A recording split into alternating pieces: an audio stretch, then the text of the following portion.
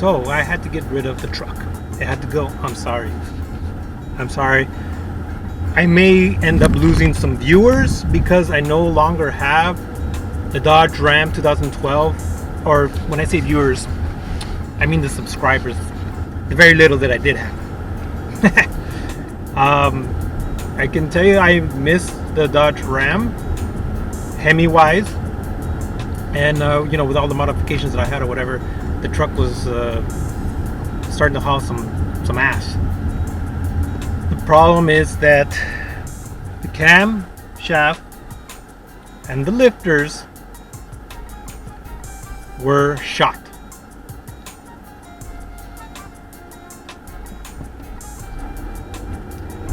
With the camshaft and the lifter shot, I went to 2 different mechanics to get price quotes on that alone. One wanted around $3,500 or more, and the other guy wanted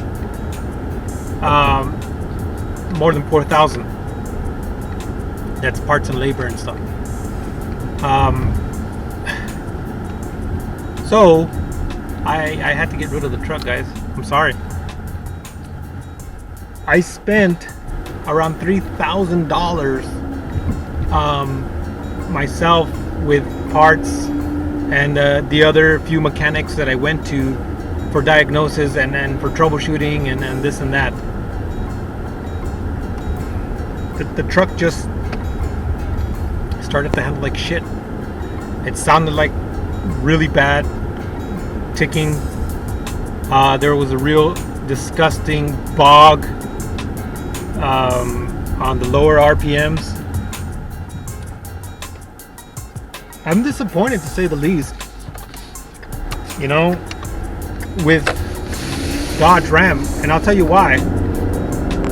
I'm disappointed because that Dodge Ram only had 50,000 miles. Now, over on the Dodge Ram forums, there's a couple threads, or excuse me, a couple threads going or whatever. One of them is about the camshaft and lifters. Wouldn't you know it? Apparently, it's a big issue. The only thing is that the majority of the trucks on there that had the camshaft and lifter issues, they all had over 100,000 miles. You know, there was a couple that were around 70,000, 80,000, I think. But there was the majority of them were over 100,000 miles. And that really upsets the hell out of me, you know. Granted, I modded mine, you know. I know what I'm doing for the most part. The truck had to go, man. There was just nothing I could do anymore. Here's the thing. So I spoke with my wife, you know. She had been seeing me almost outside every single day working on the stupid thing, trying to troubleshoot and fix this or fix that error code. I'm not talking about the O2 sensor error codes that you get when you replace those catalytic converters. I'm talking about powertrain errors and stuff like that. So, what am I driving now? I'm driving now my dream car, pretty much. Ever since I was about 7 years old, 6 maybe, I don't really remember. This is when my stepfather had came into our life. When he came into our life, you know, it was some rough times or whatever, but before he came in, and he had a Fox Body 5.0. Can't remember if it was green, like a dark green, or if it was dark gray. I really can't remember. But I do remember sitting in the car, right here on the middle, the back seat, And my stepfather turned that fucking car on, man. All I heard was a purr and a growl coming from that engine. That car was absolutely sick. It's so weird how something in your life when you're young or whatever is introduced. You grab a hold of that memory or of that thing. I'm 37 now, so almost 30 years later or whatever.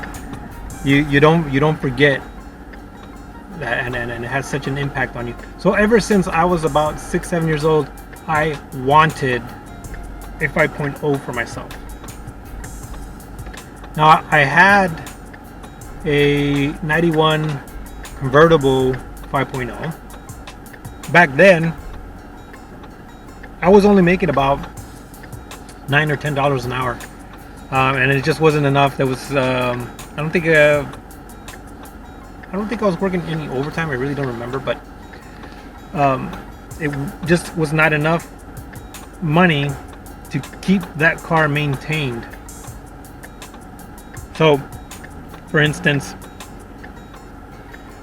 the car, the body of the car was in immaculate condition, and the rag top or top, whatever it's called, it was brand new actually. So whoever had it had replaced it. The problem was it had mechanical issues, like the windows were not working, the air conditioner was not working, and I live in Phoenix, Arizona. You cannot cruise around in Phoenix, Arizona during the summer with just the top down, man.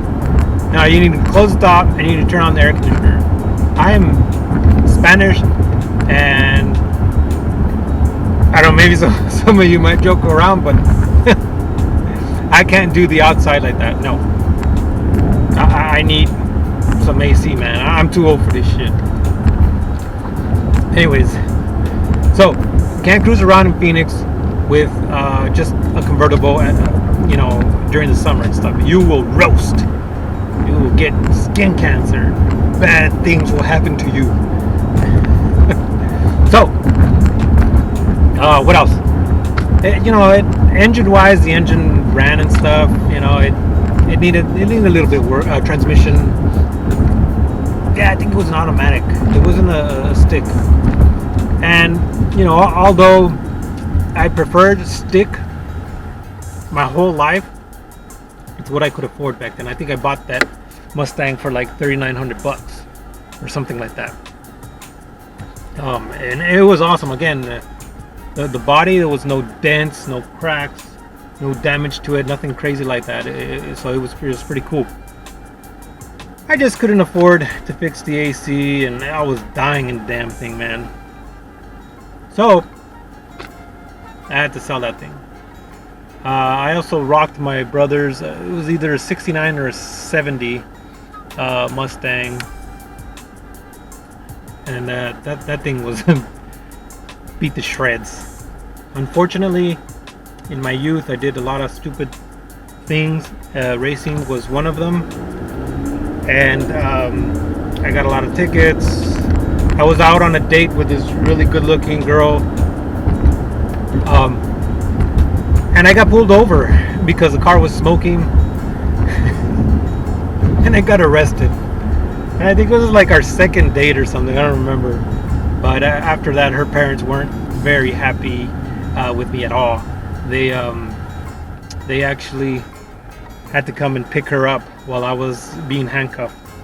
It was extremely embarrassing, but that was my life back then, whatever. Anyways, so I've been with my wife for 14 years, and in those 14 years, I told her since the very beginning that I was planning to buy a Mustang again. Most likely a 92, 93 Fox body, hardtop, and that's what I wanted my whole damn life. But it just never happened. You know, we started a family, we bought the house, and all that other wonderful stuff that I don't regret whatsoever. And you know, I just couldn't get one. Fast forward again to today. My wife got tired of seeing me work on the car and spend money on it, on the truck, excuse me. So she said, you know what? I looked at the prices of the Mustangs, and she said, you can go and trade that truck in for a Mustang, but it's gonna have to be the smaller engine one. Either the 4-cylinder or the 6-cylinder. At first, I was like, hell no. I said, I got a V8 Hemi with mods. I am not going to go trade this in for a little 4-banger or a 6-cylinder Mustang. It's not a Mustang unless it's a V8. No, hell no. Then I jumped on YouTube and I started watching videos, and I started to do some research on the upgrades that are already available for the 2015 and up EcoBoost Mustangs and the V6s. V6s, there are some that, you know, they're pretty decked out or whatever, but a lot of them are custom, like one-off type thing where it's a guy that's doing his own stuff. I saw one guy, he had he put in the turbos from the EcoBoost F-150 into a V6 and decked it out. And he's, you know, he says there's a few issues still that they're still trying to work out or whatever with the place that's doing the tuning for him. But for the most part, the damn thing was a beast. I mean, YouTube, you know, you get what you get out of there, and you take what you take. Some of the stuff is not really. I mean, I'm sure I've made comments on there, but like, oh, you buy this and you're getting this much horsepower. I've probably said something that is incorrect. Okay, but there's always those one-offs and whatever. So sometimes it's valid. Anyways, so I did some research. I watched some videos, and I saw that the EcoBoost is a pretty badass car when you start doing the upgrades to it. At that current time, so this was what, a month ago, there were shops, I think MA Performance had broken 500 horsepower, I think. Since then, and this is only videos that I've seen that are published. There may be another one that's published that has even broken this other record that I'm about to mention, but I haven't seen it.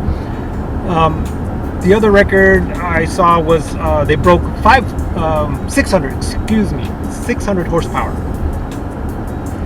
and they're trying to break 700 horsepower. Now, 700 horsepower is not going to come out of the stock engine, clearly, but they did break 600, I believe, with the stock engine, turbo upgrades, intercooler upgrade, intake, exhaust, what is it called? Fuel rail system, probably. I don't know. I didn't sit there and read everything that they put into it. But anyways, they broke 600 horsepower on the stock engine with, you know, with some upgrades. So, I apologize for looking around. I always like to know who's around me, who's near me when I'm driving and stuff. So I do that a lot. But anyways, right now I am driving a 2017 EcoBoost Mustang automatic. I drove the 2017 EcoBoost manual. Although it is a fun car to drive, stick is always fun to drive, in my opinion. But my problem is that I have scoliosis, disc degenerative disease. I have fibromyalgia. My sciatic nerves are on the fritz like crazy right now, and the epidural shots are not working or helping. So I had to,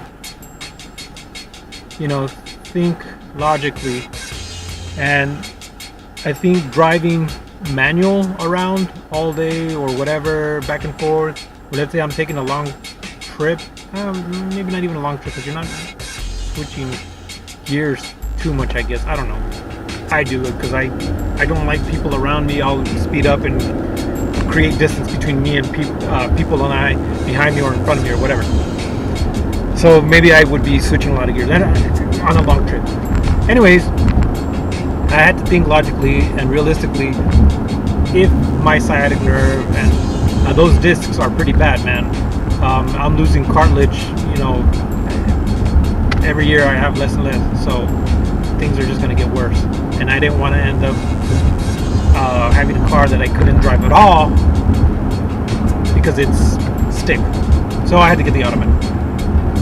With that said though, having the automatic, I am so freaking happy that I did, because one, again, my sciatic nerves, they're crazy, but two, I'm comfortable.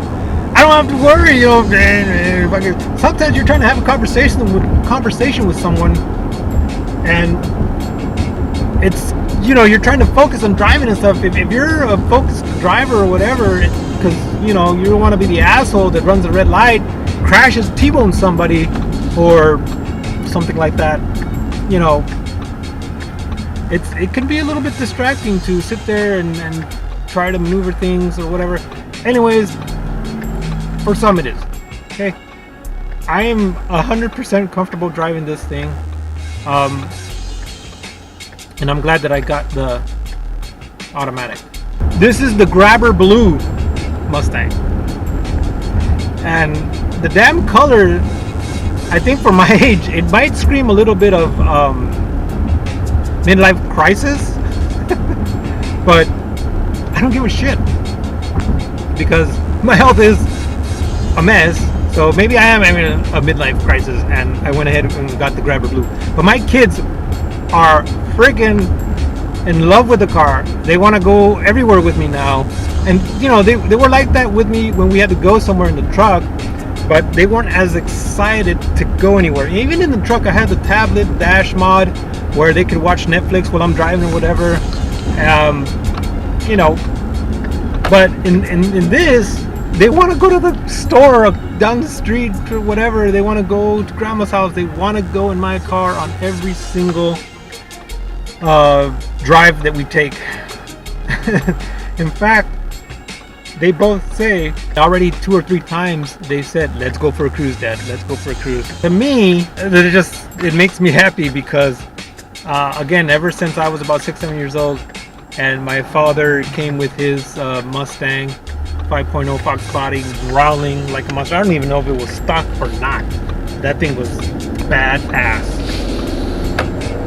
Anyways, ever since I was a little kid, I've been a car enthusiast, and I'm so happy that my 2 sons, one is about to be 11, the other one is 6 years old, they want to jump in the Mustang and just cruise with me. And they just sit back and enjoy, man. Anyways, do a little pool here. So, what kind of mods am I going to do to this Mustang? Oh, the possibilities.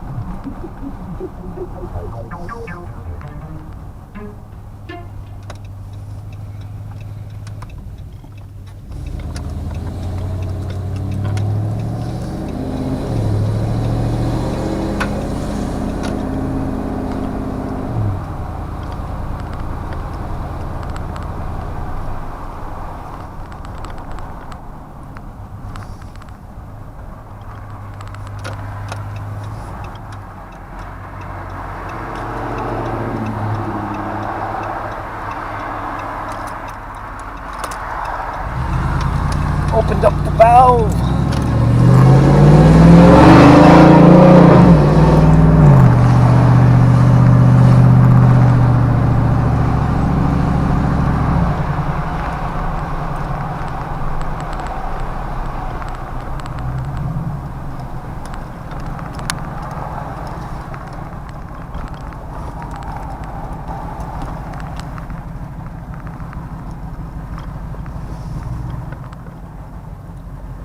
About to jump on the freeway here.